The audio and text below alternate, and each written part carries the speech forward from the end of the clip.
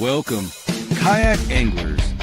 You are tuning into the Paddle and Fin Podcast Network, kayak fishing's best network of shows with great hosts covering all things kayak fishing, bringing you special guests covering topics such as shore fishing, river trips, gear reviews, angler profiles, tournament news, and more. Sit back, relax. Let's do this.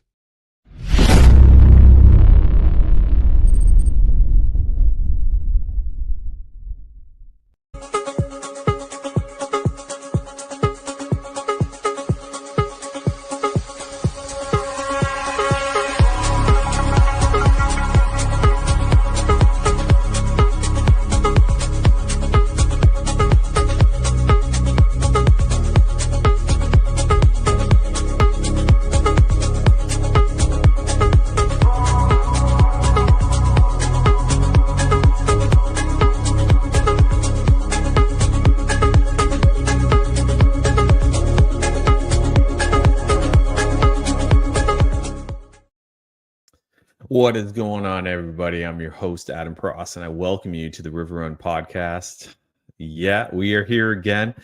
What is going on? How's everybody doing? I gotta talk about one thing here, and I meant to do this, I don't know, the last one. The Kayak Angler magazine, the summer edition. I am honored to be on page 10 with there I am right there. I know. It's a small one, but it's something. I think it's really cool. And like there's a whole bunch of great anglers in here. Well, here's another Paddle and Fin member right here, Mr. Dustin Nichols. It's cool. I'm always been a big fan of the Kayak Angler magazine.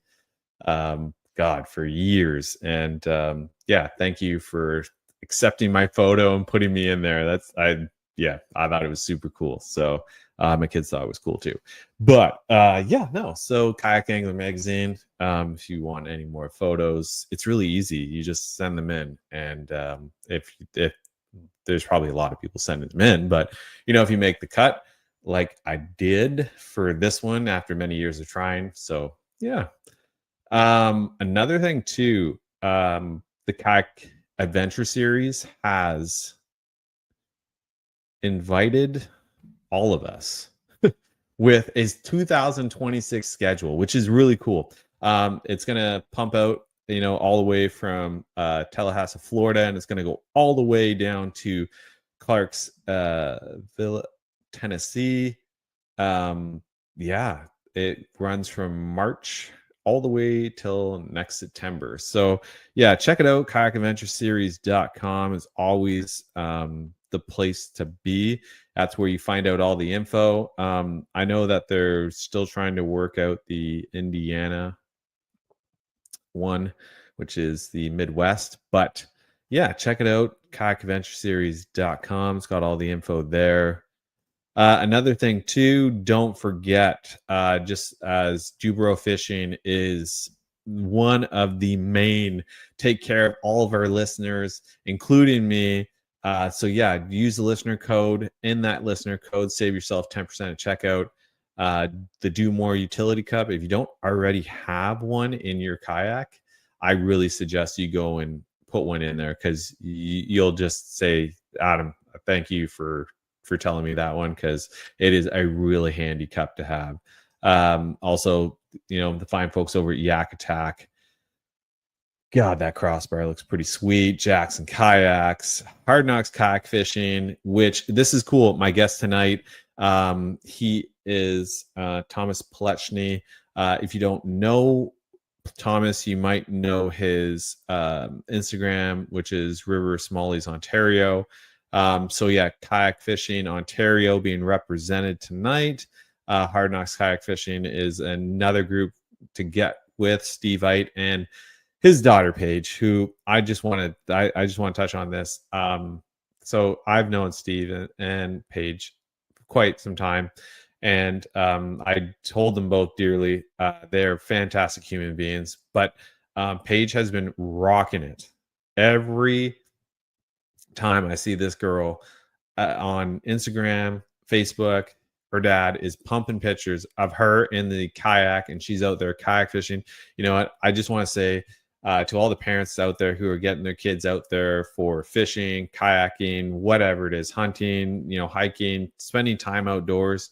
My hat goes off to you, because you know what? You're teaching these kids something that, video games just won't.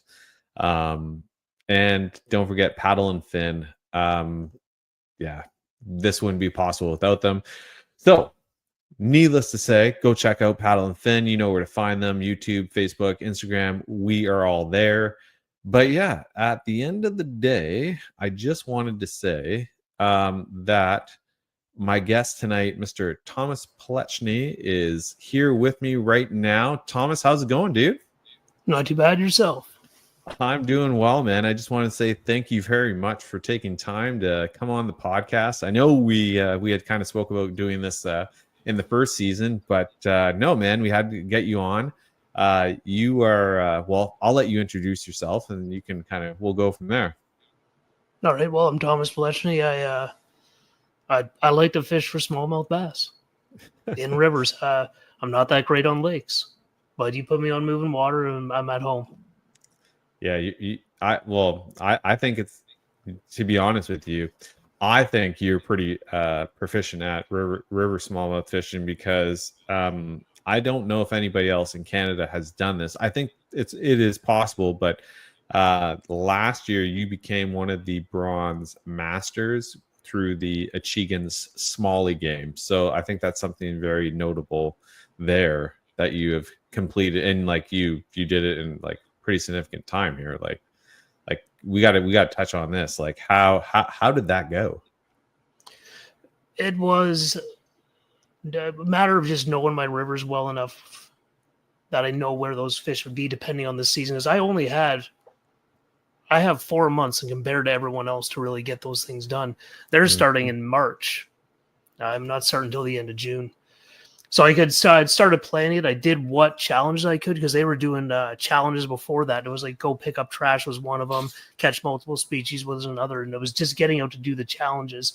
But then when it came to catching those fish and just working every second I could when I was off to take advantage of the time. So I had one entire river that I just took to myself and worked the entire thing. Now, just curious, you have done multiple tournament, I believe, correct? You usually would have done OKBT with the Ontario Kayak Bass Trail.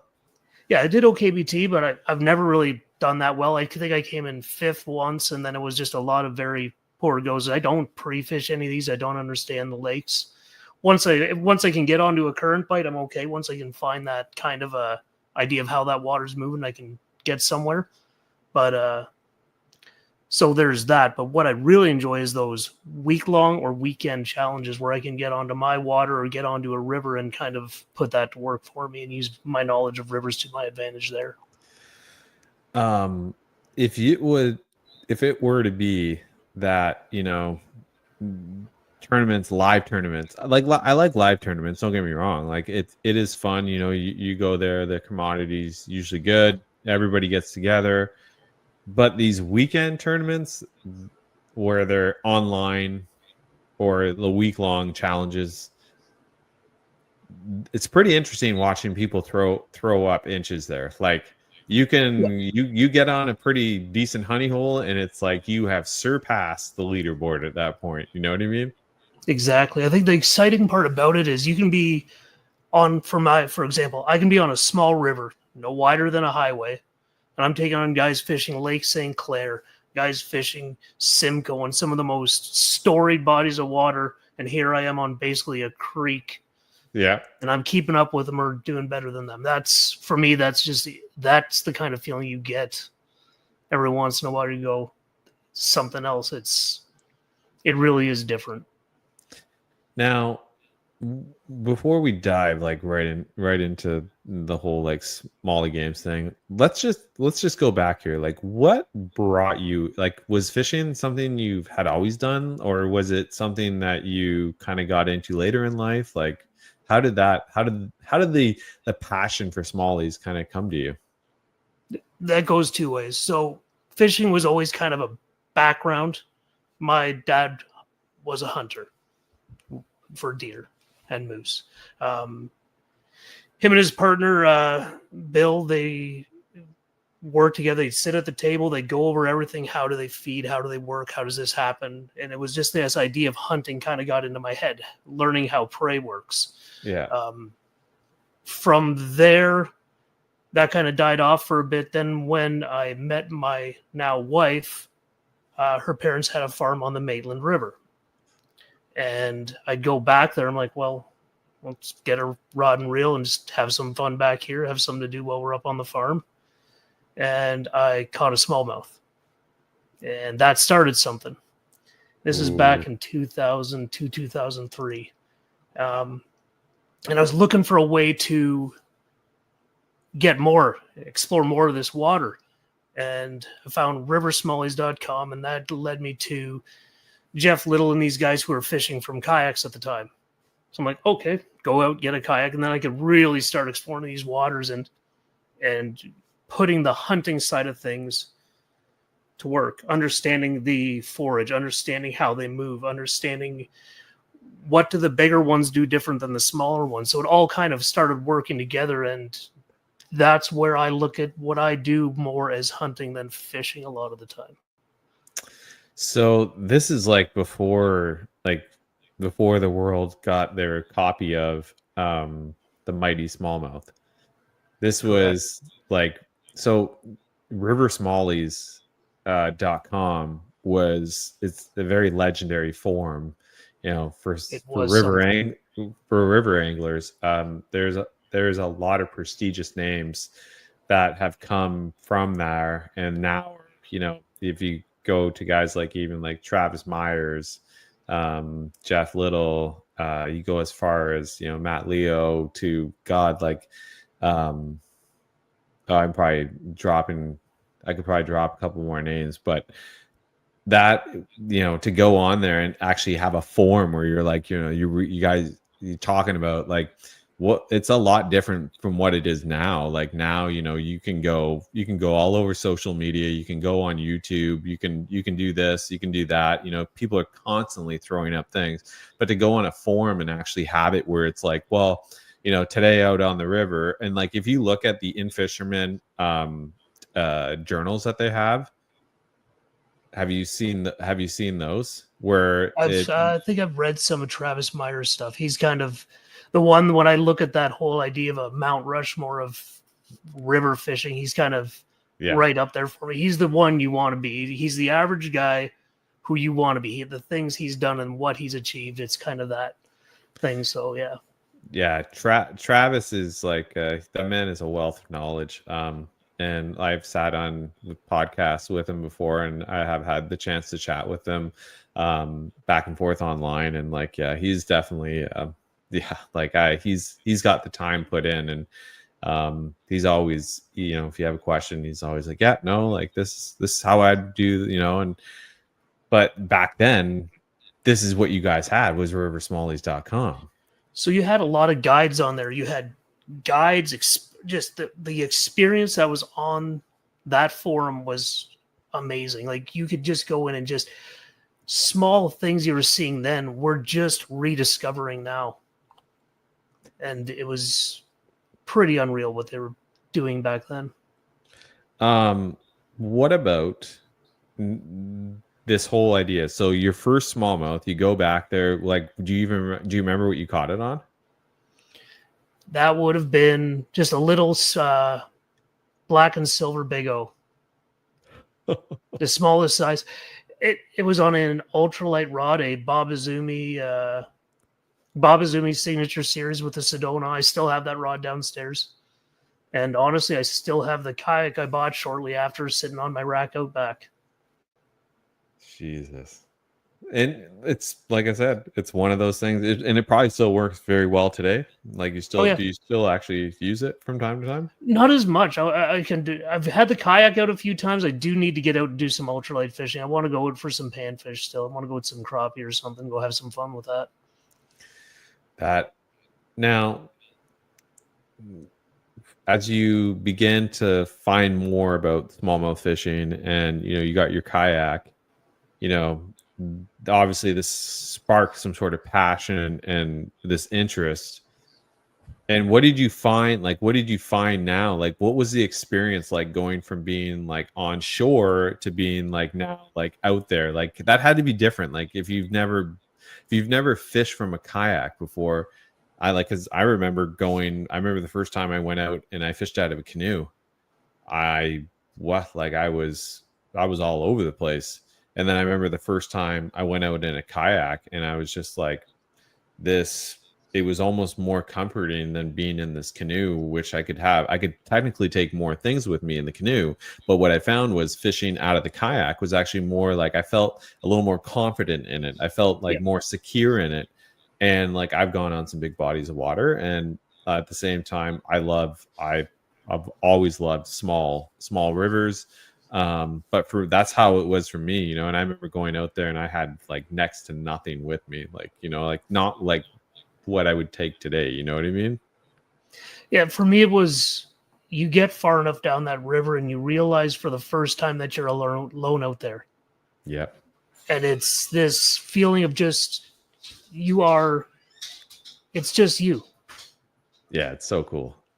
And it was such a weird feeling because I'm sitting that close to the water, and it was just an unreal experience. And that really stuck with me. And for me, it's like I'm always out there, and it's like my place to go and escape to. It's for me, it's to get out there, and I'm like, I'm just the only one out there. But yeah, it's no bigger than like you said, like a highway. You know what I mean? Like it is no wider than that. You could easily go from one side to the other. It's not like going to a lake where you got a 30, 40, maybe 2-minute track, 2-hour track all across the river. This is like a quick paddle across, and that was the one thing for me that always stuck with me when it came to river fishing was I loved to paddle. Like that was and I've learned that's really how I taught myself to do it. I watched a lot of videos. Like you said, Jeff Little was always been probably one of my biggest influences, but it was teaching myself like how to get through this, and what am I bringing with me? And as I got further into it, because like I didn't get into it and as early as you did, I got into,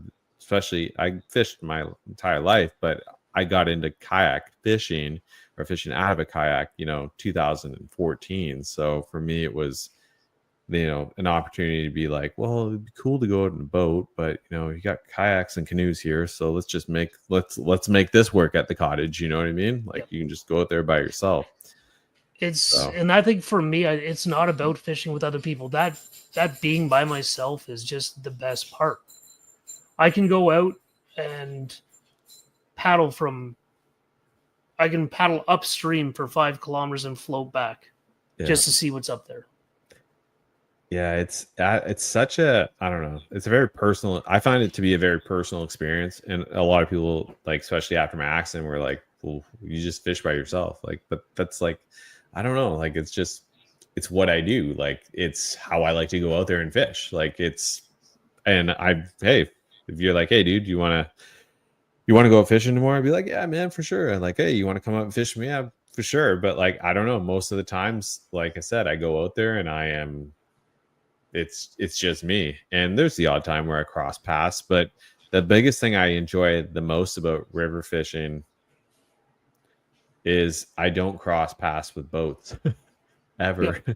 I have not crossed paths. Like, I shouldn't say that. I did cross paths with a guy who had a square back canoe there with the little electric motor on the back. But other than that, and he wasn't even fishing, he was just going down the river.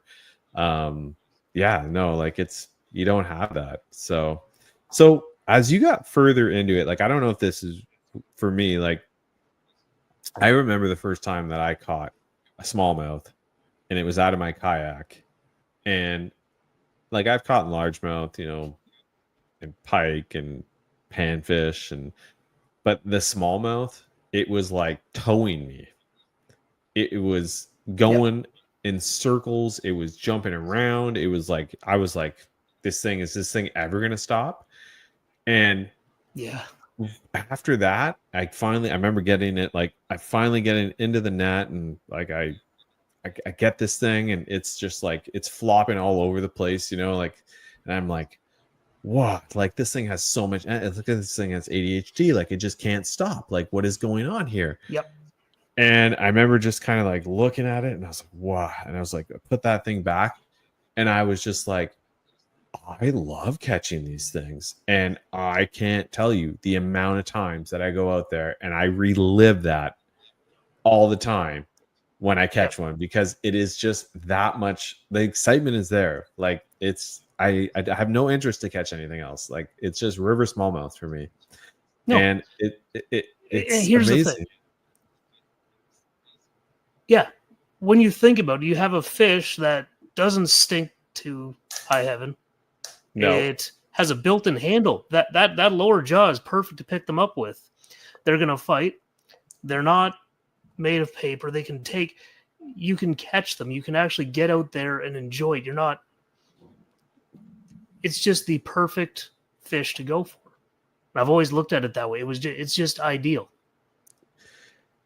Well, and it's that they don't ever stop. Like, the moment you hook them, it's like they don't know. They're like, yeah, I'm gonna rip this rod out of his hand. I'm gonna shear this line. I can do whatever I need to do. And it's like, man, you have like 2 treble hooks in your face. There is no chance of you going anywhere. And it's like, it amazes me. Like, even the ones I was catching the other weekend, like, I was throwing a topwater spook, and I was just casting it out there, and I was using this Russ Snyder's rod that I purchased this year, and it's like literally replaced 3 other rods with one rod.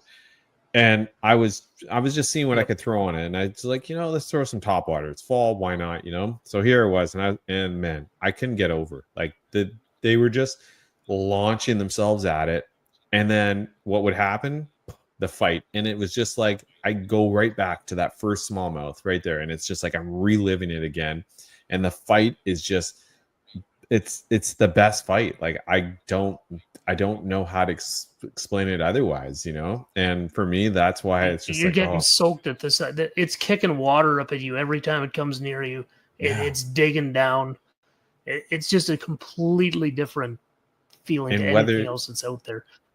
And whether you weight it or you fish it from the bank or whatever, but I know for me, like, I've spent a lot of time waiting this past season because the water's just been so low. And as I said, like, my kayak is really just my shuttle or my taxi to, the next hole. Like, it is such a fun experience. And I even have one where I released it. It was just a little guy, but like, I threw him back in there, and he like swam in between my feet, and he just hung out there. Like, he was just like, yeah.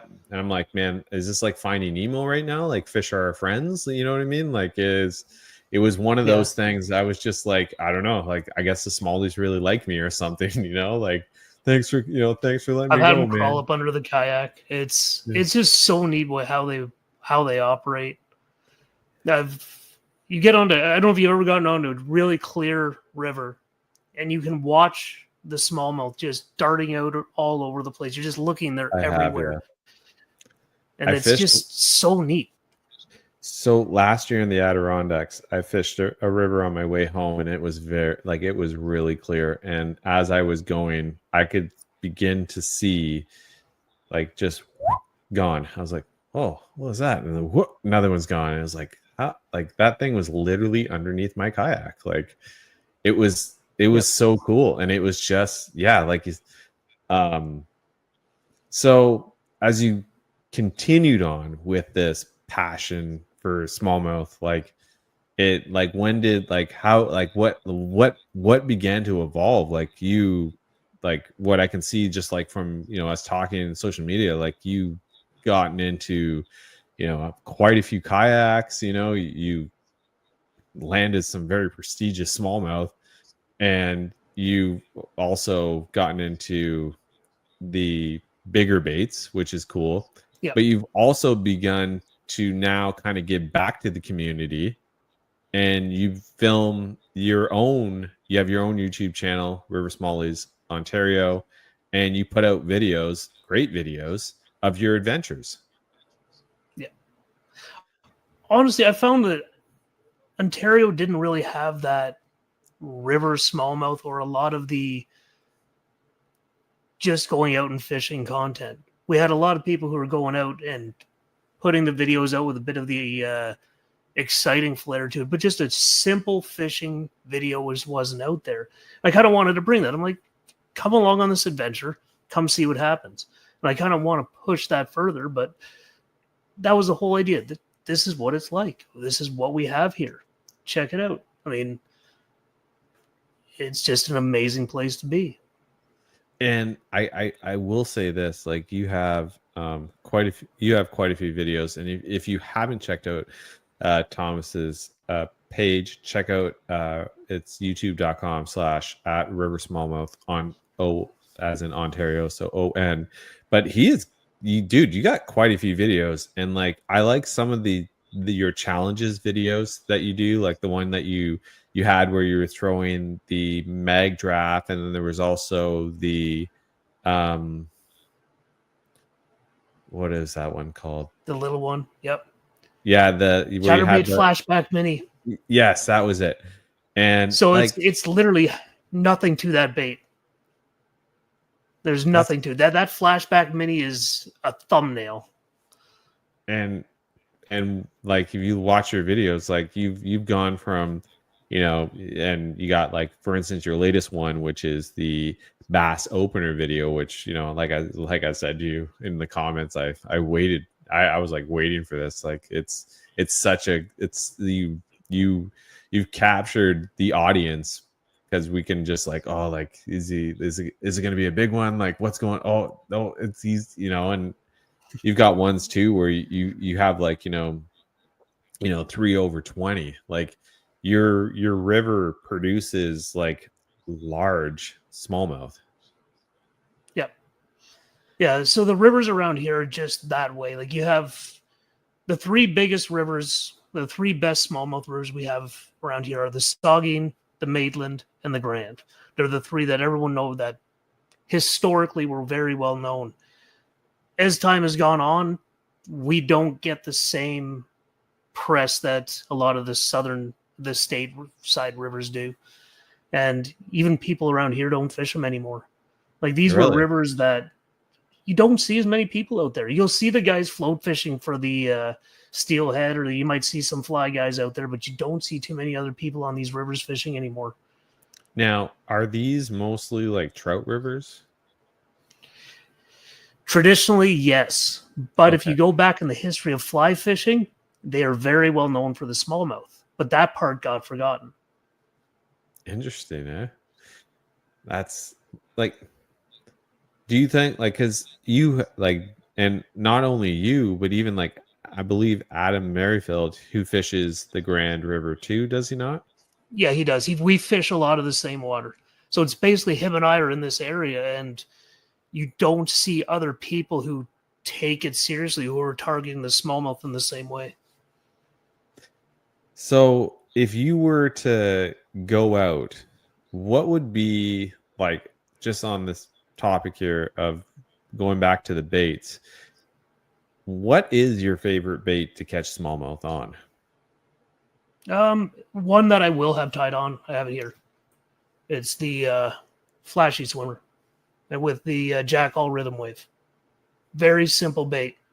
Single hook. When I'm in the middle of nowhere, I want a single hook or I want one treble hook. And then the chatterbait of mine of choice is the CFL Freedom. Nice. That football head Yeah. I can grind that along the rocks without any problems, and then it's got that swing and free on the back there, so it floats up and just kind of gets some extra action out there when it is grinding on those rocks. Between those two, that can be my entire summer. I could just throw those and be just fine.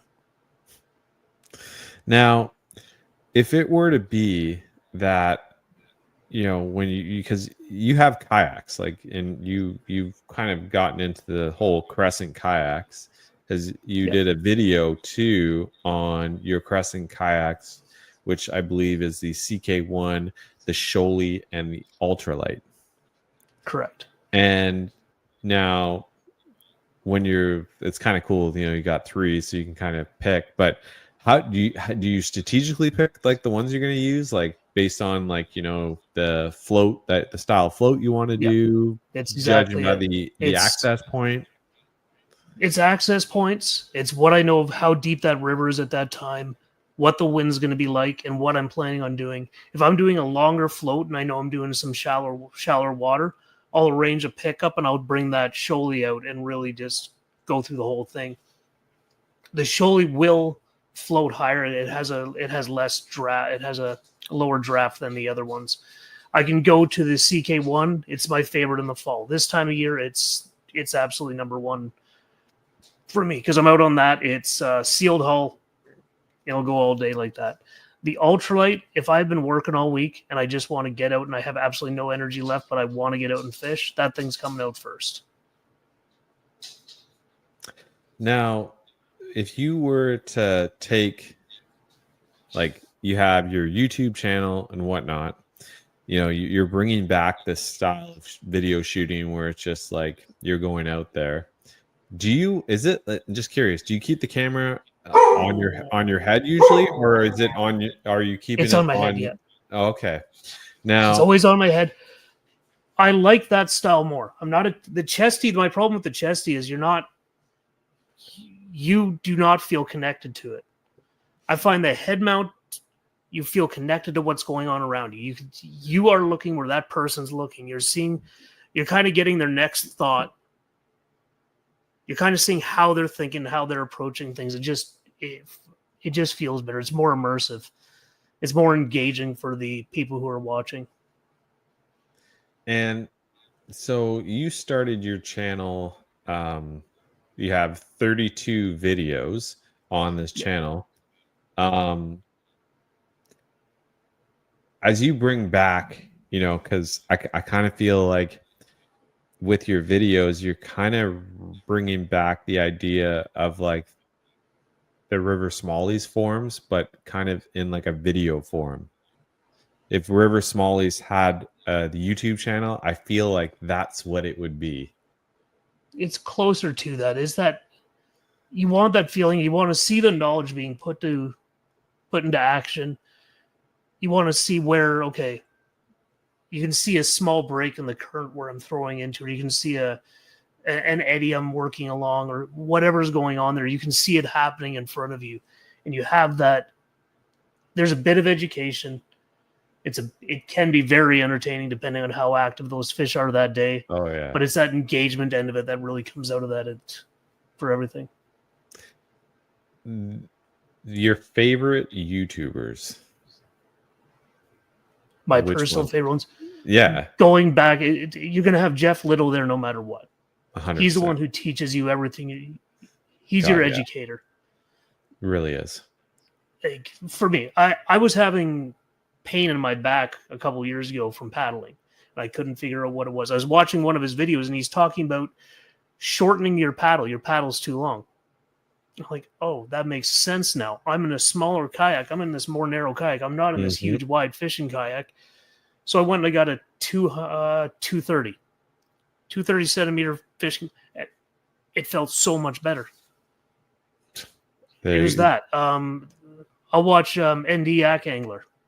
Yeah. He was really, when I saw he kind of inspired the whole head mount thing, because I went, that's it. That's the idea I want to capture, but not quite the exact messaging I want to bring across. I want to kind of have that feeling of that adventure in it still. Now, that would be Matt Nelson, I believe. Correct. Is his name? Yeah, I really like his videos too, just how he shoots it. And but yeah, like I said, I really feel like because in Ontario, there's a lot of fishing when you talk about like the Great Lakes and stuff, or Yeah. going up north and fishing back lakes. But there's not a lot of people who are capturing the beauty of the river and what the river holds and the smallmouth that, because we do see, in the States, like Virginia, okay, the New River, the Juniata, the Susquehanna, like, Exactly. they got guys who are like river rats who are just capturing the immense Yeah. beauty and the fish that come out of it. And even for me, like, I fish Ontario, I fish upstate New York, I fished in Quebec, but the river aspect of it, like the small, skinny water, moving water, there really isn't. It's not being captured. You know what I mean? And that's even for my own Instagram page. Like, I want to capture smallmouth. Like my idea is not necessarily who, like, I have no interest in having myself. I would rather have the fish presented. Like, this is a river. This is like a river beauty to me. You know what I mean? Like, this is river smallmouth fishing. And I just find that, like, there's just not a lot of people that, are like it. Maybe there are probably loads of people who go out there and fish, but I don't see it as much as, as what you would see it down south. You know what I mean? Yeah, it's a completely different thing. I've never understood that, because we have this amazing these amazing fisheries in Ontario. And I don't see people really, even if you go to the lakes, people aren't capturing them the same. It doesn't get that, like, this is what we were known for. You came through the Great Depression in the 30s, and earlier than that, Ontario was it. People going up to Algonquin Park when it first opened, and you read about these legendary guides that were up there, like Tom Thompson and Frank Kayak, and you had these people who were, and we seem to have lost that. It's kind of weird for me when I think about it. Like, how did we lose that part of us where we had entire economies and we had everything driven off this moving water and these small lakes and these bodies of water and these fish, but it just doesn't seem the same anymore. I'm sure. I feel like, it will come. I don't want it to come too quick, but I just think, like, there's just so many beautiful small, like, people like, oh, there's no big smallmouth in there, and it's like, you don't think so? Like, you'll never know until you go out there and do it. You know what I mean? Yep. Like, oh, that area doesn't look fishable.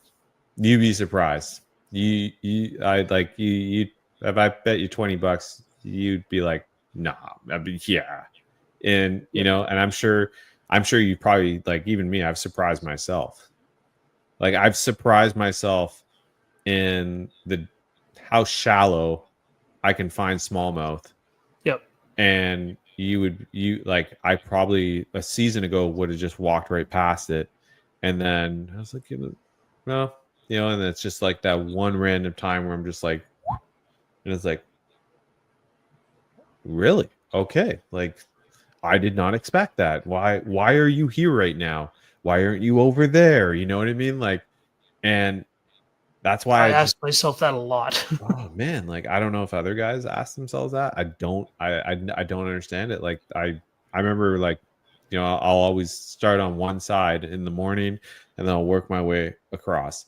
And I'll be honest with you, it still surprises me to this day when I'm like, how are you, like, how are you in there? Like, why are you in there? There's nothing here for you, but yet you are here. So, and yet you're there. It's a hole, like a lonely, like, and yeah, it's, I don't know. I do a lot of reading, researching.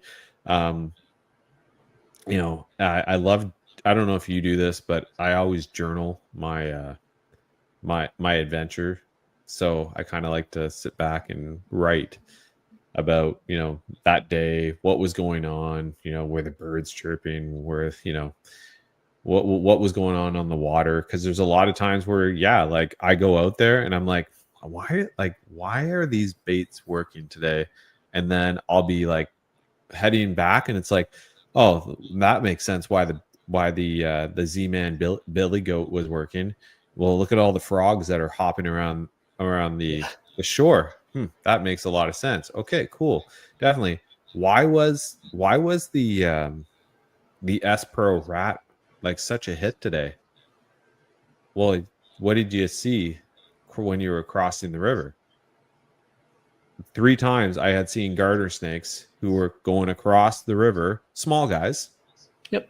And I'm throwing that rat. What does that tail kind of look like from the back? It looks like a garter snake that's going. Obviously, right. I don't have a lure I don't have a snake lure, which maybe I need to get one. But it's just like those things where and I'll journal that down, like, and it just starts to begin to click in my head, and like I always find, you know, the river's always changing. Like it's not like I don't want to compare this to a lake because it really isn't. But like you go to a lake, like the chances of you changing it, other than, you know, when it goes through its spell where, you know, it comes to the end of the season, you know, where the algae bloom begins, and the river's changing constantly. Like your depth is changing, like the flow, everything. And like there's so much that comes down the river too. And I love to journal it and like just write it all down, you know, drop pins where I'm catching fish. Like it's such an easy thing. And I don't run electronics, so I can't really, you know, comment on that aspect of it. And so, but yeah, I don't know. Do you kind of do like the same thing? Like you kind of. That's kind of what the videos started out as. The videos started out as my journaling. I mixed that with what Instagram had gave me, and I can review that when I'm putting them together. I'm kind of reviewing what happened, what was around me, what did I see there. I go back through the thoughts of why I threw why I was throwing what I was throwing, what I was doing at that time. I have somewhere I'm going. I go up to where I caught one, and I kind of look around afterwards. I just kind of review the area where it was. I'm like, okay, that was a lot shallower than I thought, or there's a stump over here.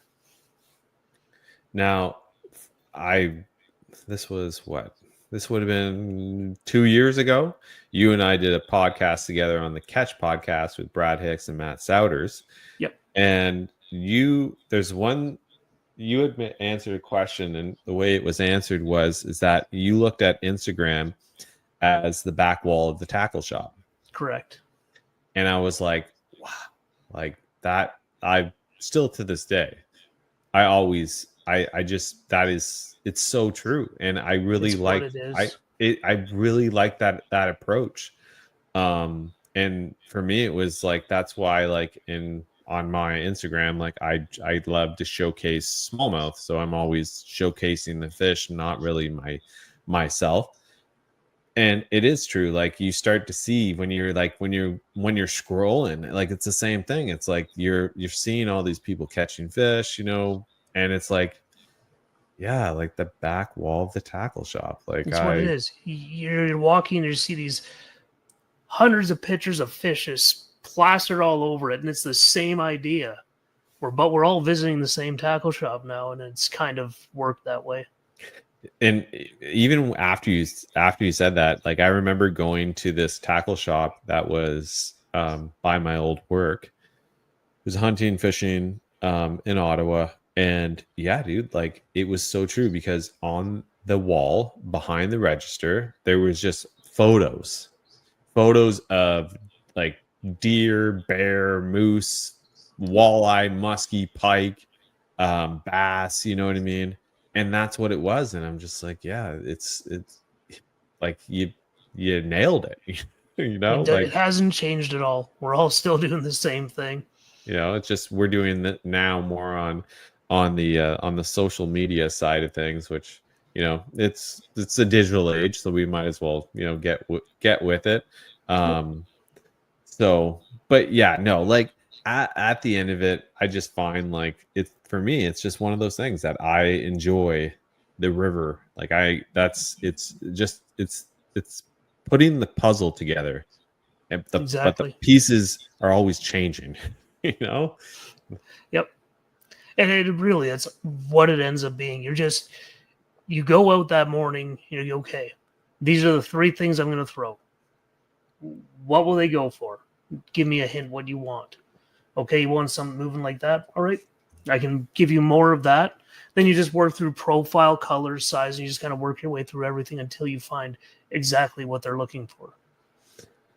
Now, when you go out on the river, like how much are you taking? Like I generally take like I have two 3600s. Yep. And that's usually what I bring with, a couple bags of plastics. Yep. And that's pretty well it. I don't really bring too much, and I usually lately I've been going about I bring 3 rods. I have gone more in the past. Like in the past I've gone, close to 5. But I find I just kind of, I'll go with 3 and I just kind of cycle with what I have. And I don't really need too much from there, That's exactly the same setup. I have a KVD speed bag with two 3600s in it. And then with that, I have plastics in there, whatever I'm going to need for trailers, and a couple swim baits. And that's everything I'm carrying that day. Then on the deck, it's going to be one medium heavy, a heavy, and a medium usually. Casting rod sometimes goes spinning. Depends on what I'm in the mood for that day. Yeah, I usually go with one medium spinning rod or a medium light, depending on what I'm choosing to throw. Yep. And then I usually go with one medium heavy and then another medium heavy. I don't generally throw. I don't even think I own a heavy rod. No, I don't. I have a heavy spinning rod. I know. I think that's so cool. Like that's the that Daiwa Rebellion. Yeah. Yeah. That's you don't really see heavy spinning rods anymore. It's pretty versatile. That one, you can anything you want to throw on it, it'll handle it. You can go straight braid on it, and you can do all your moving baits on it without any problems. It'll just handle it all. Now, what is the length of that? Is that a 7 foot rod? It's a 7.3, I think. It's a 7 or a 7.3. I think it's a 7.3. See, that's like I don't know.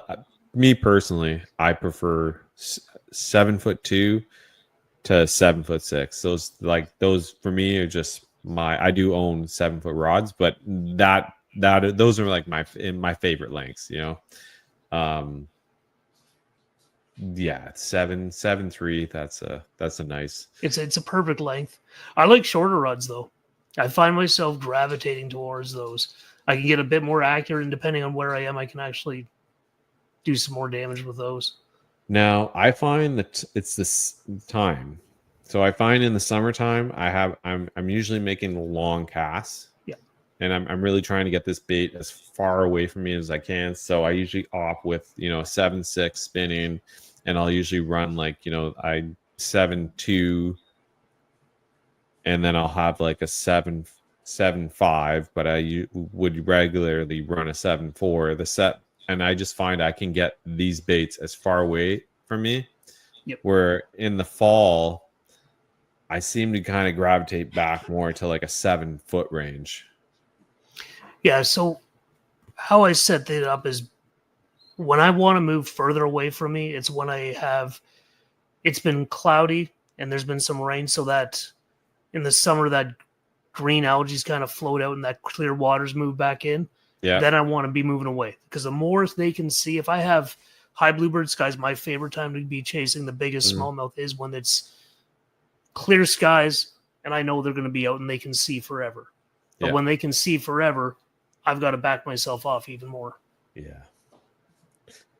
For me, I I'm just I know when I'm working my way through, the further I can get that bait away from me, I just know I have a better chance than kind of getting into that spot and then spooking them, because I always find that's when you look down and it's like, oh, you just watch two dart away. You know what I mean? Like but yeah, that's for me. It is the setups that I generally bring. But yeah, I don't really want to bring too much with me. Why? Because when I'm waiting and you're pulling, you're dragging a kayak behind me, the more you have in it, the more you got to pull. Other than the basics, and that's more time. That's just, I find it probably is more noise too, so. And that's why I go for those versatile presentations where I can put a handful of chatterbaits inside the box with some flashy swimmers and just carry the trailers for them. And I go back to say the single hook is for safety. I have a higher chance of hurting myself with the treble hooks. Everything I do is based on what I'm going to be doing and how little I can carry with me. That's how the decision making goes. I'd be interested to know if we weighed our gear, like how much we actually bring weight wise. Have you ever done that just to see? I have not. I should weigh that bag because I carry the same bag with me. I might make some small changes depending on if I'm in the mood to throw more mag draft style or whatever I'm doing with that. But yeah, I should weigh it sometime. It's not that much. I do not carry a lot of stuff with me. Yeah, because like I have one plano that I would put like the freestyles in, or like some of my bigger glides in it. And I'm sure if I was carrying that, I would probably add a little bit of weight. But to be honest with you, compared to like even when I started fishing, like I would go out with a lot of stuff. Like I would, and over the years, I've just kind of no, And one of my biggest things I would say, and I don't know if you would agree with this, but I have gotten away from vertical rod holders, and I've gone more with horizontal rod holders, front deck, or the Yakutak Omega Pro. I like those on the sides. Jeff Little inspired me with those, and I can run 4 of those. And even if I do bring out my black pack, I don't have rod holders on that, and I'll have one actually I have 2 rod holders in the back, and I'll run a camera off the back of it. But yeah, just looking by your videos, you seem to keep up with that horizontal rod presentation also. Yeah, I have one off the back, one rod holder off the back, and I'll have 2 of my rods up there with me usually. And that's how I've always worked it. So I have one if I want to switch up, if I need to switch presentations quickly, I can. Then I have one presentation sitting on the back at all times that if I want to switch to that one, or if I'm seeing the need to switch to that one, I can. So I end up honestly using 2 rods most of the day. So now you're running 3, so you got 3 rods. So you're always going to have that one kind of rod also that's going to be that follow-up, let's say. Mm-hmm. But you live in Ontario, and I was curious to know, have you had any success shopping for your tackle at Dollarama? Never tried it. Okay, so I wanted to talk to you about this because my son and I had gone into Dollarama, and we were going through, and he's like, look at that. I'm like, that's like, they have Z-Man baits at Dollarama. I'm like, no way. And then he's like, look, they got chatterbaits too. And they had one of the CFL, it's a CFL, Z-Man CFL chatterbait there. And then they had like a bunch of like these little paddle tail swim bait. Yep. And I was like, for the price, I was like, you can't go wrong. And then all of a sudden they started carrying like Plano bags there, and they had like, the decent braid scissors. And so that's why I was wondering, like, what if I don't know if you, dude, you should check it out. Check it out. Yeah, like cool. I was impressed. Yeah, that CFL chatterbait it's one of those sleepers. The swing, it has that. So I've always enjoyed that because good luck trying to shake it. Like trying to shake that hook. Like that hook's going with the fish. It's not like the fish can try it and it's moving. Where like if you have a traditional chatterbait or like any other style jig where you have that attached hook, it is the chance of them shaking it off, it has happened, but I can't tell you the times that they've tried to swing, even the swing jig or the CFLs, and good luck, guys. Yeah. Hold on. And the startup on that vibration is instant. You go to turn that handle and it is already starting up for you, which is what you're always looking. You want that instant startup and you want that hook that's not coming out, and that's what that offers. There's nothing worse than a chatterbait that you're like, that's weird. Like it's not doing it. And then all of a sudden it's like, oh, it's right by, and it's like, you've reeled it in and it's just begun to vibrate. Like I would prefer it to like go all the way down or land wherever it's got to go and then begin to reel. Why? Because I want that thump. Like if it's like, 5 feet from the boat and now it's kicking up. No, it's like, it's no longer in the spot I want it to be. That's exactly it. I need to know what my gear is doing, and that one I can trust. That one I know what it's doing. I know what it's going to do when it hits stuff. I'm not going to have to worry about it snagging as much because it does have the football head, and that's really everything in that. And that's same reason I go with the flashy swimmer. I know what it's going to do. I know it's not going to get hung up that easy. And when it comes back, it's going to be it's predictable. Now, when you put your planos together, I'm just curious here because my last guest on the show, Ryan Parker, he spoke about having his planos or his tackle box. He has one for clear water and one for dirty water, and I was like, interesting approach. I have I have one for treble hook baits and I have one for single hook baits. And that's what it says on them. And that's kind of how I do it. Now, when you organize yours, what approach do you use? Are you using... I just have one's going to be the swim bait hooks and a couple chatterbaits in there because that's going to take up the most weight and the most space. And that's the one I'm switching out the most. The other one's going to be something with treble hooks. I'll have my Nessies in there. I'll have some of my longer swim baits so I can just kind of keep them all separated. So I'll have one with longer baits and one with just kind of everything I need. So what would be considered terminal tackle, because I look at my chatterbaits as terminal tackle, and sometimes I will have a few of them rigged in the box ahead of time, so they're just all kind of sitting in there ready to go.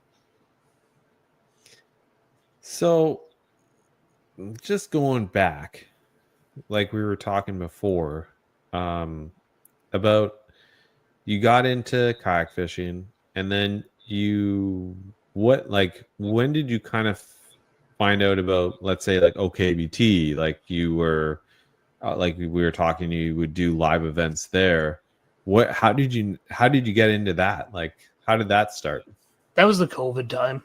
I started listening to Paddle and Fin. I started listening to more of the podcasts when I was driving to work. I had a longer drive and I'm like, well, let's listen to some of the bass fishing stuff. So I'd listen to Smallie talk. I'd listen to whatever Paddle and Fin had put out that week. I had them on constant play, and that's really what did it. Was kind of getting into that idea of the online tournament thing because KBF was there, and that just kind of where everything went from there. So you get into the whole tournament vibe, and that kind of like you. For catching smallies like on the river, like we were talking, like you become pretty proficient at that. You did say that when it comes to fishing lakes and whatnot, like you placed in the top 10, but everything went downhill from there. But yeah, it's it's honestly it's just a matter of I don't know if that how to put this right. Tournaments as they are right now don't always attract me as much as the idea of what Drew's doing. Kayak Adventure Series, yes. That's a different vibe. That's getting more back to rodeos. That's getting more back to what Yeah, River they're Rodeo. supposed to be. River Bassin, yeah. You still get that with OKBT to a certain degree, but it's that whole adventure end of it that kind of attracts me to that.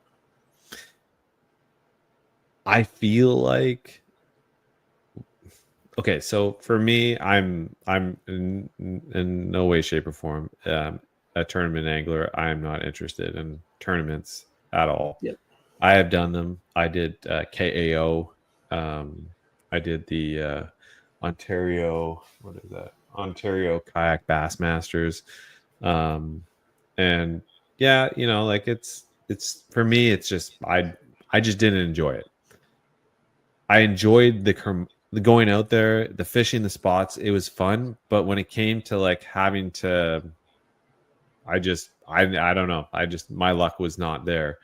Yep. It just, for me, river fishing is where it is my home. Like that's so when Drew came out with the Kayak Adventure Series, I was like, that's pretty, like, that is, wow, okay, like that is going to be something really cool. And second season now, and he is like, wow, like he's really put stuff together. And it seems like everybody that goes there, they all say the same thing. They're just hanging out with their type of people. And I was like, interesting. It goes beyond that too. Think about giving back to those communities. Do you think a lot of those communities are seeing the amount of people that come in on those days, that come and spend the money in those small towns that could probably use it? It's all these small parts of it that kind of add up to it being just a really cool idea. Yeah, and I think too, like with what he did, and you make a really good point, is that like he's really showcasing not just kayak fishing, but he's showcasing places across the United States and these small towns, and just finding these really cool venues, but also offering the anglers and offering the people a chance to go and be like, have that opportunity to go and meet fellow river rats, go and talk with some of the guys that you follow, like the Achigan, like Josh and Jeff and the Dark Horse guys, stuff like that, you know, and like you have an opportunity to like be back in that community sense. You know what I mean? Yeah, exactly. It's go sit down and have breakfast with people. Yeah, and talk fishing. And talk fishing. Go fishing in the evening with them. Go see what's going on. It's just a really neat concept. There's been other ones that have kind of attracted me, like grubby style tournaments where you pick a day and you go out that day and everyone just kind of works through a weekend. There's just so many neat ideas out there for it that the standard tournament just doesn't attract me. But I think Drew's just... No, go ahead. Sorry about that. No, Drew's just knocked it out of the park, honestly, with what he's doing down there. I totally agree with that. Like he has definitely knocked it, even when it first came out, and now gone through the second trail of this. Like, yeah. And like I said, he just announced the 2026 lineup, and that is pretty impressive. I still like, and here I am talking about this, and I have not experienced one yet, but I would gonna do, try and get to one maybe next year, but we'll see. I think so. It would be cool. Look. Yeah, you got you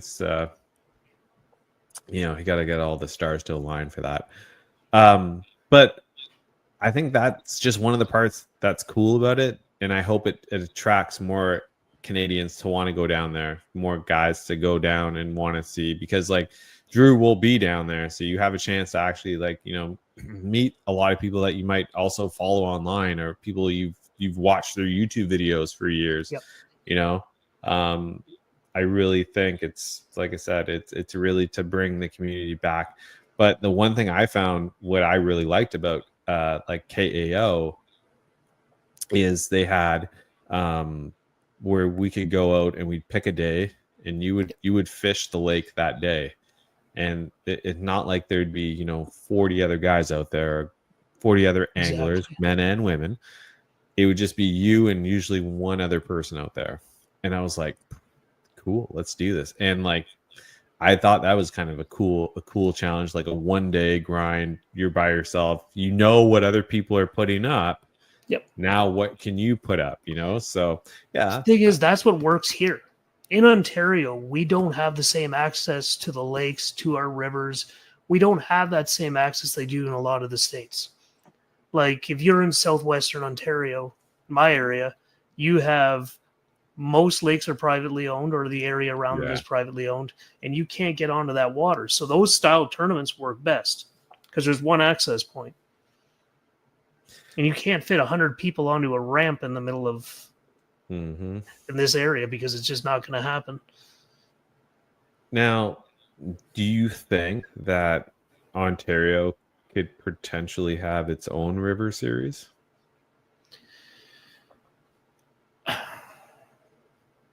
I don't know if we're there. I don't know if we have the access still. I know one or two of the rivers that do still have those access points. Could we do it? Possibly. But I don't know if we... Yeah, you could do French, Saugeen, Grand. You could have about 4 or 5 rivers that would really show out, and you could separate them into different parts. So you could get away. You could probably do it.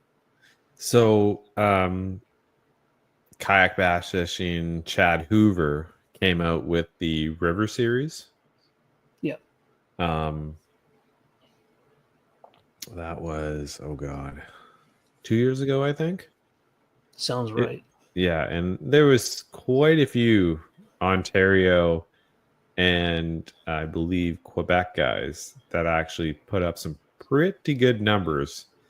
And then, of course, I believe one of my previous guests, Troy Wines, he was the one who became the river champion for KBF. Okay. Yeah, so I thought he's bassing around on Instagram. Shout out to Troy, but yeah, no, and I was interested because I remember when it first came out, it was like a very it was its own thing. It wasn't part of it was KBF River Series, like river fishing only. I was like, oh, that's kind of cool because nobody around here really. There's Kayak Bass Canada, which is, it has, and don't get me wrong, there's some serious bass that get caught in that, especially some big smallmouth.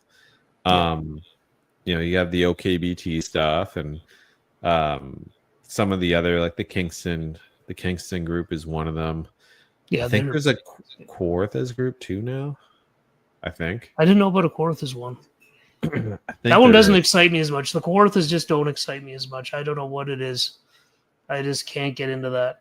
It's just not the same. I do want to try the Rideau. If I'm going to do canals and that kind of locked water, I want to try the Rideau. The Rideau, hey?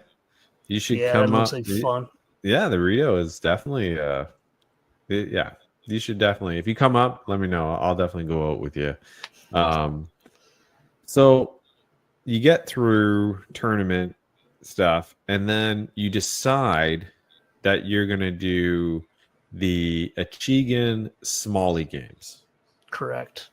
And the Smallie games, just walk us through it, okay? Because I know you have certain challenges you got to do. Yep. Like make up. Plus, there's you got to make your way around. Either originally you went around the board, was it not? Right. So it depends on what year you're challenging it. So last year it was catching specific size of fish to fill the board as it goes forward. It gets progressively harder. First one you can get away with, I think it was 17 plus, and you had to catch couple 19s. Then you had to catch a couple 20s. Then you had to have at least one over 21 at one point. Each board got progressively harder, and you had to have 2 challenges that you had to complete each board. That was last year. That's when I completed, and that was tough. That was one of the hardest challenges I've ever faced, because you really are having to get out there and you're managing your water. You're figuring what's going to happen that day. Then you're trying to do these challenges like the Little Big Challenge. There's a lot going on. And that's really what... Oh, go ahead. You're talking about managing water before. Like, how do you manage water? Like, this is like, I feel like there's some good knowledge nuggets in this. Okay, so I keep one stretch that I know reloads well, that I can go back to time and time again. But I will always lay off that one for at least a 2-week period. And I segregate all my rivers into smaller stretches. So I know that if I want to go out for 2 hours, I can hit this one. Then I can go down to the next stretch and I can skip over them as time goes on. So I'll use either bridges or other landmarks as my break points. Nice. And I always try to leave 2 to 3 weeks between each one as I'm moving down. And then I'll switch over to rivers and I'll completely let that one river just totally cool off because there's not a lot of space. And when we have less water in those rivers, those fish can't move between spots anymore. They're locked. They're trapped between two sets. And though now that what used to be a river is turned into more of a pond. And you're having to really manage that as well. You're having to consider, okay, is it healthy for these fish to be caught as often? No, I'm going to have to back off now and come back later. So you begin to walk through the management aspect of it, which is like a strategy within itself. And like, this is when you become pretty proficient with 3 rivers that you fish, that you begin to be able to lock down stretches, how you approach those stretches, how these stretches will work out on certain days based on, you know, the flow, based on the weather, based on, you know, X, Y, and Z. And so they have you going out there trying to catch, you know, 19s, 20s, 21s. Your biggest smallmouth so far is 21 and a half. Wow. Giant. And that's literally that was almost out of a puddle at that point. This is how low the water was last year when that one was caught. Once again, it still surprises me. Like a 21 and a half inch smallmouth, and you're just living in a puddle. Like, just it was that. It like what was like? You got to walk me through this experience here. Like, walk me through that day. Like, you catch a 21 and a half inch smallmouth. Relive it right now. Let's see it. So this one, I go down to an area called the Three Sisters. They're 3 almost identical holes. And it comes to a riffle. Super shallow at this point, almost nothing coming into it. Goes out into a lot shallower water, maybe 6 inches deep. So you have 3 very close together holes just connected by these chains. And I look into the one hole and I see a log of a tree that's been there for a bit because it had gotten pretty clear. We didn't have a lot of sunlight for a few weeks, and the daylight hours had started weighing down. I'm like, oh, I hadn't seen that there before. So I take it was on the flashy swimmer.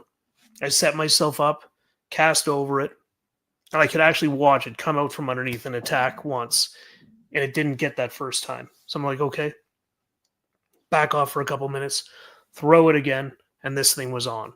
And I didn't realize how big it was. I knew it was a bigger than average fish. I didn't know how big it was until I had it in the net and it could barely fit.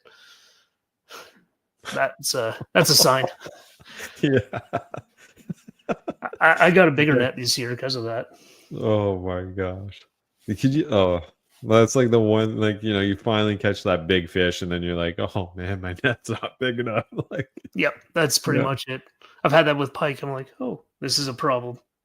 This is going to be a problem. Please do not break off this giant right now. Yeah, I had that this year a couple times. Oh man. Now since then, and have you seen, like, in your rivers, like, you know, as you're going through, you know, you can kind of begin to get a rough size of the smallmouth that are in those stretches. Yep. But to find one in a puddle, it was different. And there was more than one of them there. That was the weirdest part about this set of pools. It doesn't make sense. They're very narrow. They go a bit deeper, but there's not much to them. It just doesn't quite add up why they're so good. and why they always hold. In your rivers, what is the main, like their main forage? Like, what are these guys feeding on down there? Depends on the river. Saugeen, I've found that there's up to a certain size they're eating the crayfish. After the crayfish are done, they're on to trout. You go on to something like the Maitland, it's more, from what I can tell, shiners, because I do not catch them that often on the jigs. I've tried going off on those jigs or slower presentations, and I don't do as well. Going down to the Grand, they will feed on the crayfish, but there are parts of the Grand, like some of its tributaries, like the Nith. There are no crayfish in the Nith. Everything is minnow based in there. So you just get to know what the forage is based on what you see around them. And then I just kind of match to that. As like for that size, you're fishing trout, like trout rivers. Yep. All three of them. You know that's what they're eating. They're either eating that or creek chubs. Because once a fish gets to a certain size, a crayfish diet isn't going to do it. No. They get more similar to a brown trout at that point. When you get a fish over 20 inches, it's getting closer to being like a brown trout. It's going to eat 4 to 5 times a day. Yeah. And it's going to want the biggest, highest protein, highest fat that it can find. It needs energy to live. It's not going to get that eating crayfish. So when you look at these bigger fish, these bigger than average fish, go back to that diet. What are its requirements? It's going to eat fats, proteins, and that's what it's going to need to survive. Now, when it comes to throwing baits, do you like throwing jigs, or are you more on the reaction style of, the top waters, spinner baits, crankbaits, like stuff like that? Like what would you fall more, or do you fall more into the finesse side? I'll go reaction. If I'm going finesse, it's going to be a shaky head at this point. And that's just because it's that longer presentation. I can have a bigger presentation off of it, and I can kind of imitate something feeding on the bottom. It goes back to, I want something that looks like a minnow profile. That bigger fish is going to be drawn to that. So as you got through the Achigan games, the smallie games, as you began to finish that board, do you know if anybody else in Ontario did that? No. Joey DiCenzo came close, I think, but I don't think he did the challenges to go with it. So he had the size of fish. I think he filled the entire thing with 21s and 20s. 4 boards just completely stacked with those. He fishes what, Lake Ontario? He does he does a lot of tournaments. So he's doing Simcoe, he's doing Ontario, he's going down stateside. And he's really, him and his partner, Joey T, the two of them are just amazing. And I'm looking forward to see what they do in the future. But yeah, I think I was the only one to finish that year. So as you finish that, you become a bronze master. Indeed. And you said it, man. Like, I remember when we were talking about you doing this, and you're like, you'd mentioned that this was something you're thinking of doing, and I was like, cool. That's pretty interesting. Okay, that's a big challenge, there's a lot of big guys that come out in that. You got guys like Ryan Dahl, that guy goes, that guy exactly. I feel like he just puts his hand in the river and he just there's a 20, right unreal. off the bat. They're doing it in Ohio, and Ohio is not known for the biggest of the biggest, but I'll tell you this, that state puts out some amazing anglers. It really does. And some of those guys, we can definitely call friends there too. And I would say it is impressive, the lineup that they have. Even guys you look at Randy Long. Yep. Randy Long, he has his in smallie games, I'm pretty sure Randy Long, it was the Republic of Randy Long because he was his own country. Yeah, he's his own state, the Commonwealth of Randy Long, but like, for you, I would say it would be the Commonwealth of Thomas Paleczny. It would be, his own, because like, yeah, like, man, like, and it's cool. Like, it's like you represented Canada, and like, I'm sure a lot of those dudes down there were probably sweating a little bit because they're like, oh, like I did. So there was 2 of us fishing on Ontario, and I think we came in 3rd overall on length with just 2 people putting fish up. And if you go like up here, like you would say that the fish are more like they're wider than they are longer. Where like in Virginia, those fish are they have length to them, but they don't have like the size isn't real, like the width isn't, the shoulders aren't there. Where like up north, like they have the shoulders, like they are big fish. Lengthwise is length is a little bit different. We get those hogs. So what did you get with that? Like, do you get a trophy? You get a belt? You get the challenge coin. You got the toque with the markers on the back. What else came in that pack? Special edition of the munchie. This is kind of cool. It steals too much of you. Have you fished the munchie at all? I have. And it's a pretty cool bait. It's a bit more difficult to use. I ended up fishing it more like a tube style because I'd pop it off the bottom. I'd pop, bring it up, and then let it float back down. But it's pretty neat. Okay, so is that the nose hook one or the belly nose hook? Yeah, nose okay. Hook. I have not fished it yet. I did order one just because like I kept saying, like, every time I'd see they do the munchie drop, and then I would be online the next day and I'd be like, oh, that was yesterday. Damn it, So somebody gave me a little insider tip and said there's going to be a munchie drop. So I said, okay, I got to get with this. But yeah, I'm interested to fish it. How do you fish the munchie? Like the munchie though, like rod setup. Just curious. Do you throw it on? I'm fishing that on my that heavy spinning because it is a beefy bait. See, that's what I seen a couple guys who were fishing it on a casting, obviously, and then I thought, man, that could be like because I usually throw flukes on spinning gear. And to me, that thing kind of I know it's got a little bit of both in it, but I just saw like medium heavy spinning would be like, a rod to throw it on.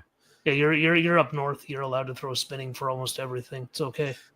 And I'll be honest with you, for a long time, that's all I ever threw was spinning. Like spinning.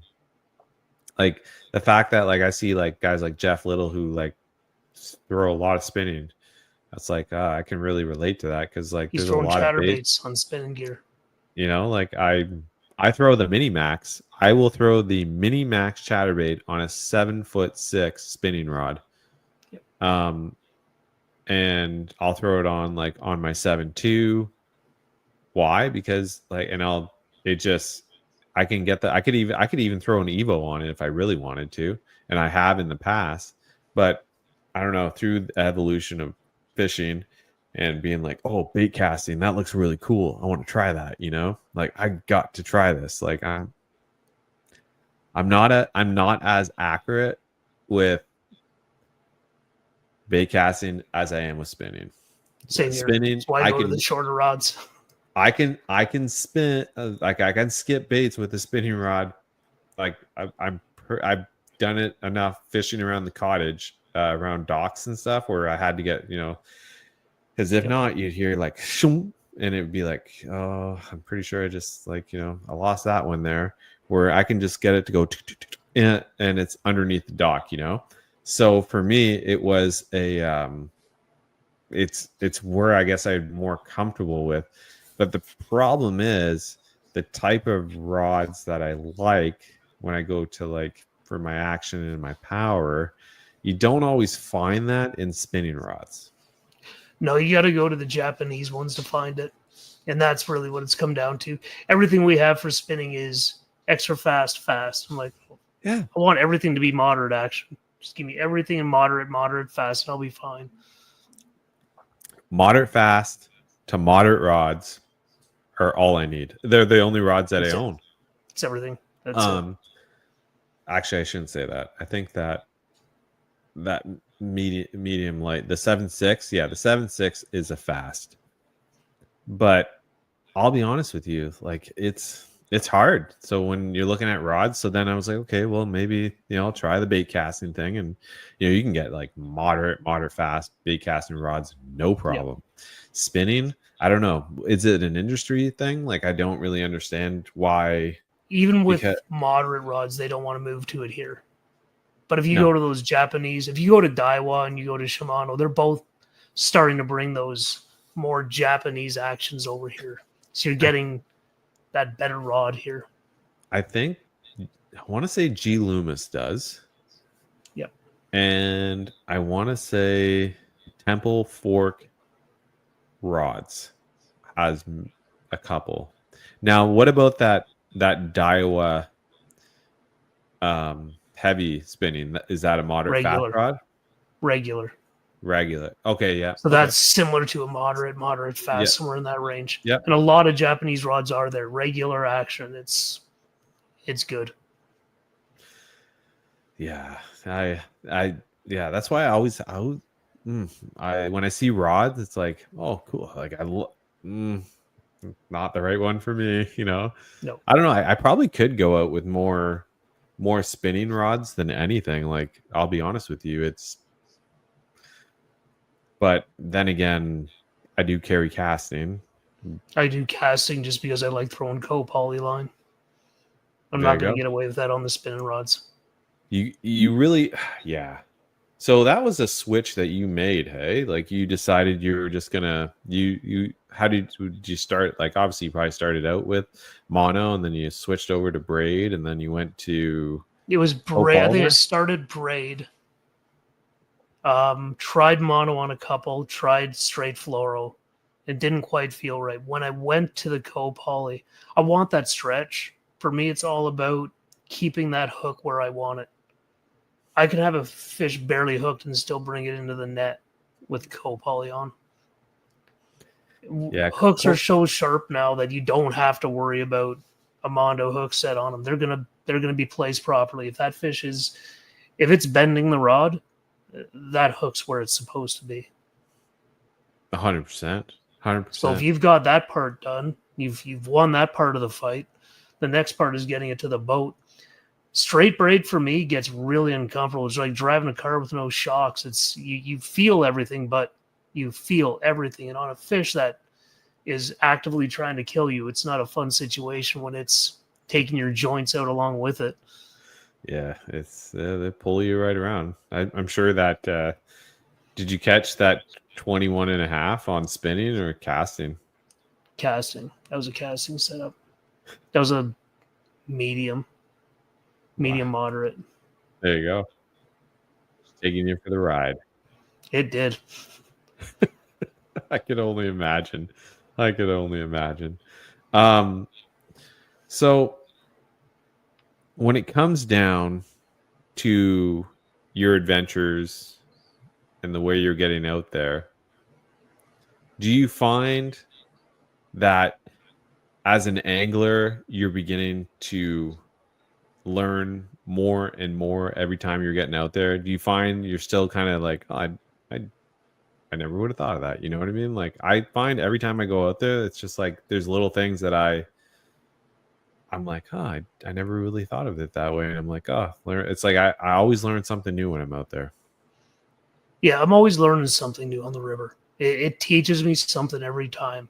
From how I'm throwing presentations, what direction I'm coming from, what I was throwing over, how they're setting up, how they set up next to something. What is the bank telling me? Sometimes the answer's up there. Sometimes it's in the water. It's just a matter of becoming even more aware of what's happening around me on the river. Because the answers aren't, when you're looking at a lake, your answers are under the water. They can be up along that bank. Yeah. but For I'm sure. looking at this bank, the other bank, how that river's coming across, how the flow's coming, what direction the water's flowing. All these things kind of add up, and you've got to put all that together to really get it effective. It's like I said, a lot of the times before I get on the river, I'm already like, really looking at what is going on around me in my environment. Like Yep. what and this year I've been graced with just about every time I go on the water. I don't know if it's maybe an eagle's nest that's being built there or that's just their home, but every time I head out and I begin to paddle out,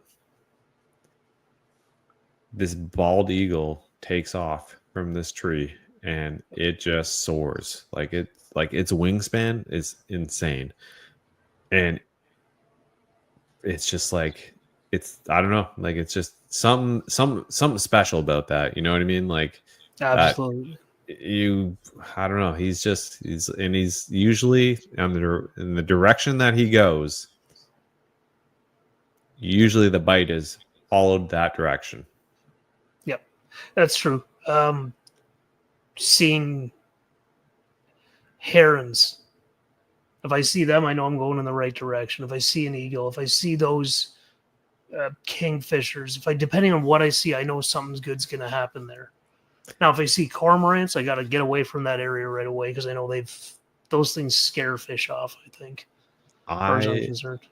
Yeah, those things are, yeah, those things they stink like fish. Like they are not. I know a couple guys that they actually go out and hunt those, and they're like, yeah, they're nasty. Gross. But I think one of the other things that I wanted to touch on was you paddle. I am a paddler. I love paddling. And I think it's really cool to see that, there's still people out there who are like, diehard paddlers who still like to get out there and literally paddle and cast. You know what I mean? Yep. What is that? Like, why still paddle in a world where, it is very, I don't want to say it's pro motor, but, it seems like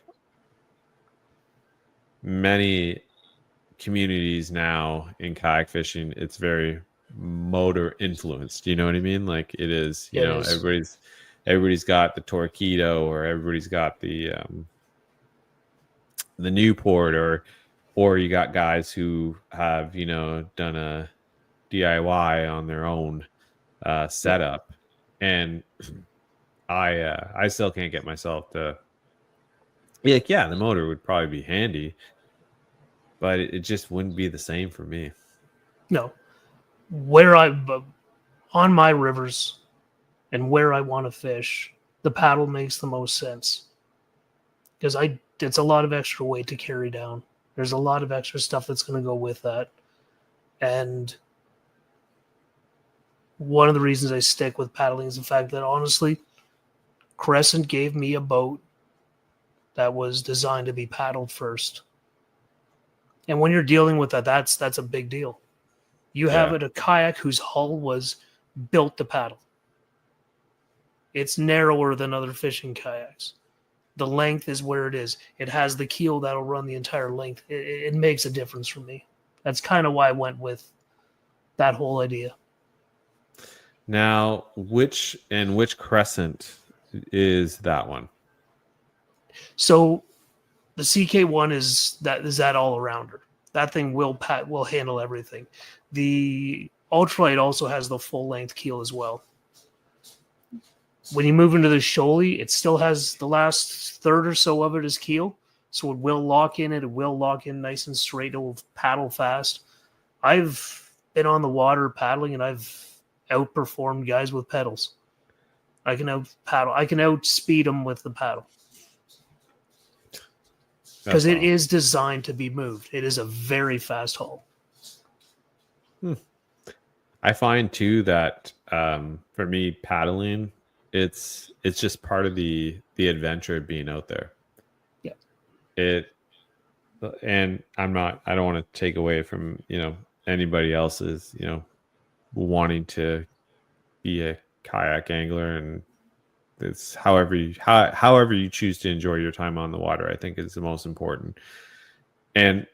But for me, it is, it's paddling. Like it's part of the adventure. It's I don't know, it's a workout. Like I got into kayak fishing and I loved kayaking, and I was like, well, if I'm out here paddling and just kind of doing my thing, and I got a rod with me and I can fish, cool. Like this is I'm doing something I like, and I'm also doing some physical activity here, and I'm not getting any younger. I'd love to be able to do a pedal kayak, but I'm not organized enough up front to have more stuff up front with me. I'd be like rods sitting here, rods sitting there. If you take a look when I do my videos, it's just rods and nets up front.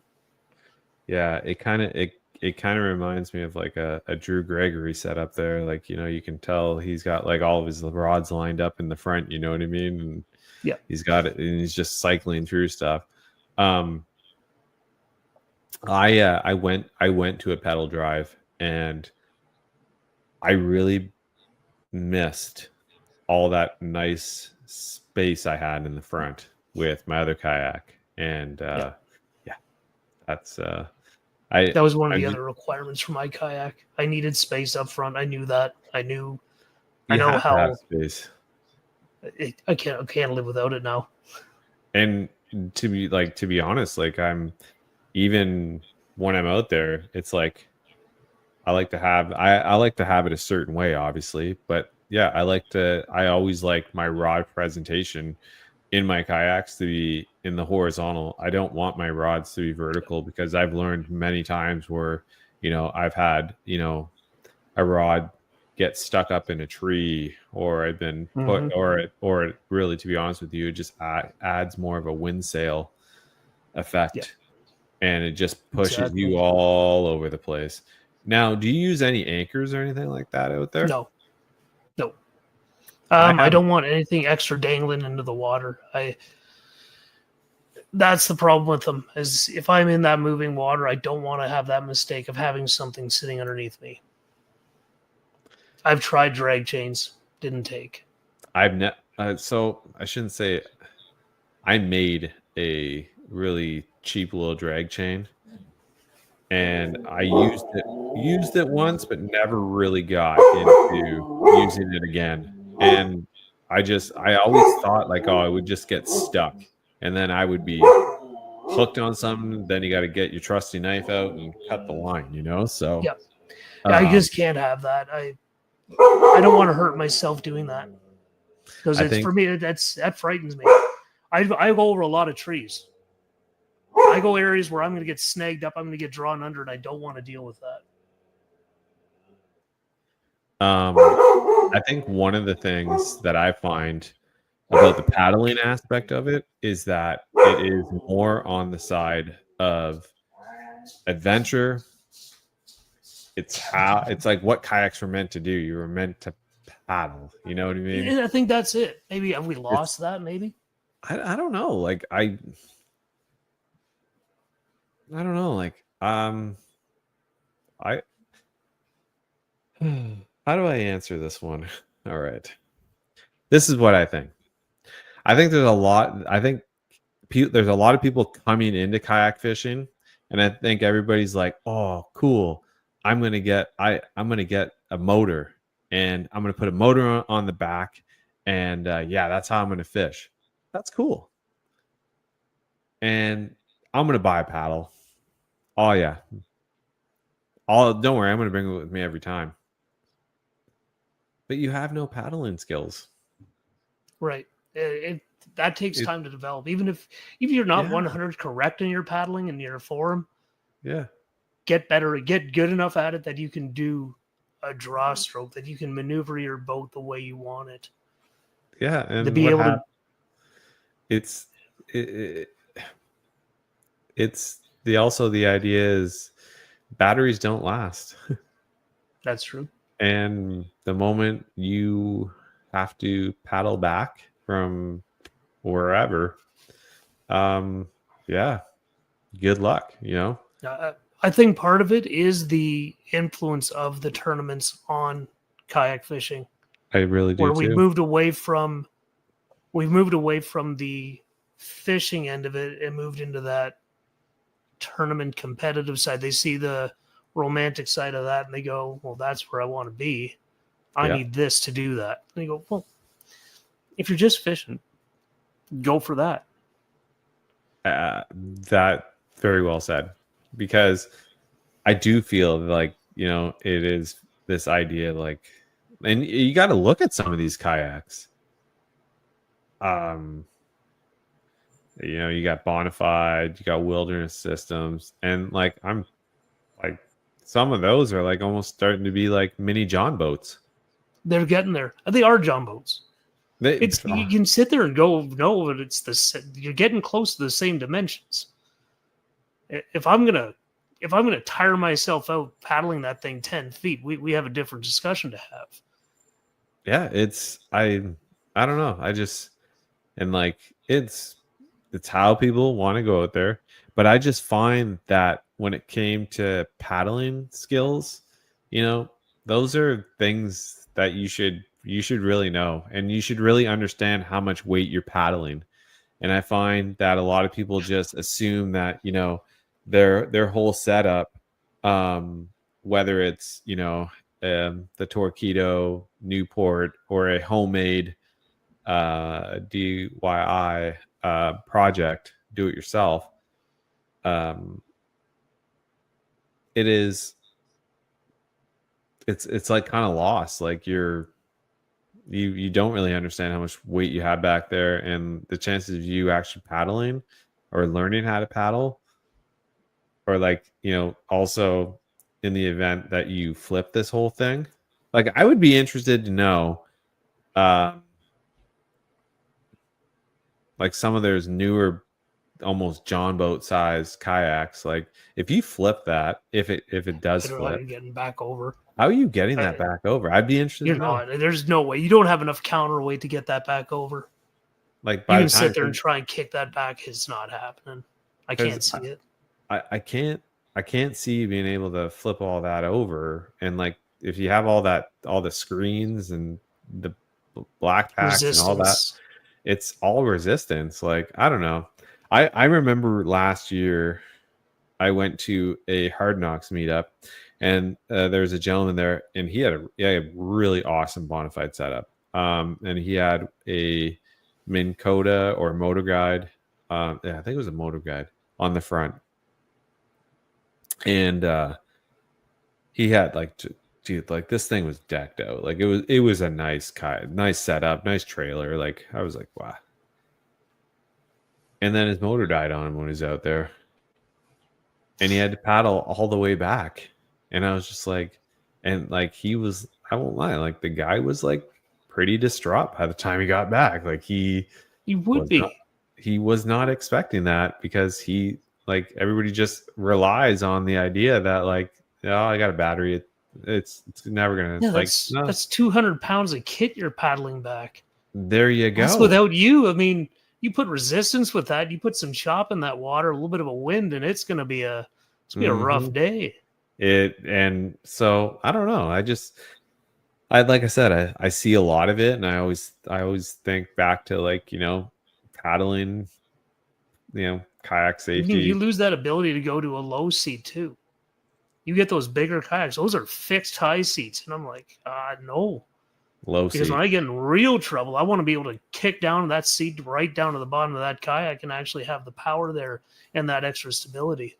I always having like my Liska, I like it's a high-low seat, so it's the pedal drive is not, it is a high seat.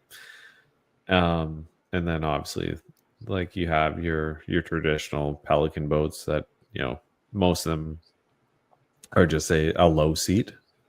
But I just find, yeah, like being able to change your seat from high to low it's